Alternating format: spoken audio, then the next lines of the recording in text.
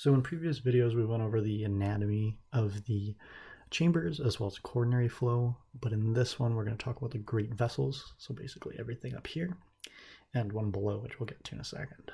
So the first one I want to start with, just so I have to move this only once, is the inferior vena cava, which will drain directly into the right atrium. And the other great vessel is the superior vena cava, which is right here, which drains into the right atrium as well. And the superior vena cava is made up of two brachiocephalic veins. And if you break up the term brachio and cephalic, it means arm and head. So it gives clue to the next two that come into that. So specifically, we have the superior vena cava. Here would be my left brachiocephalic vein, my left internal jugular vein, which is going to the head, hence cephalic, and my left subclavian vein, hence brachial, meaning arm.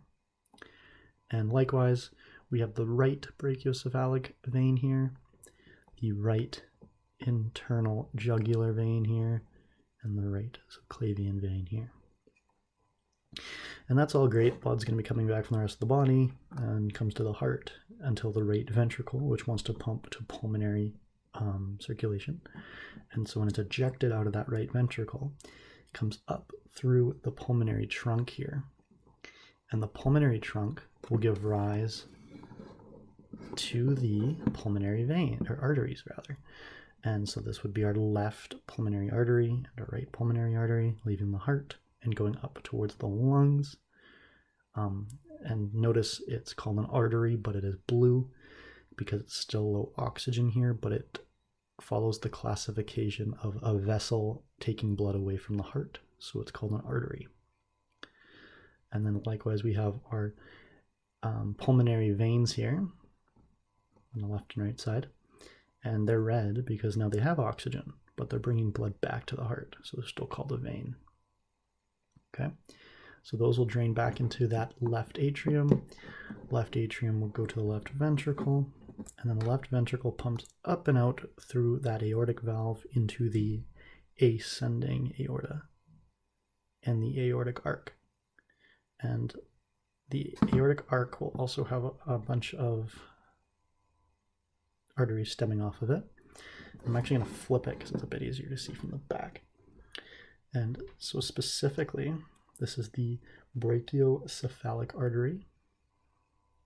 Brachiocephalic, we know where these two are going.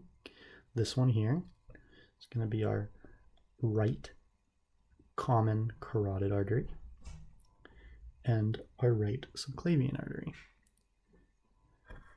And so the left side, you can just think of it as it doesn't have this brachiocephalic artery because this is still our left common carotid and our left subclavian artery. Okay, and then just importantly, this aortic arc is going to still continue, and then it'll move into the descending aorta and then travel down the rest of the body. And that is it for great vessels.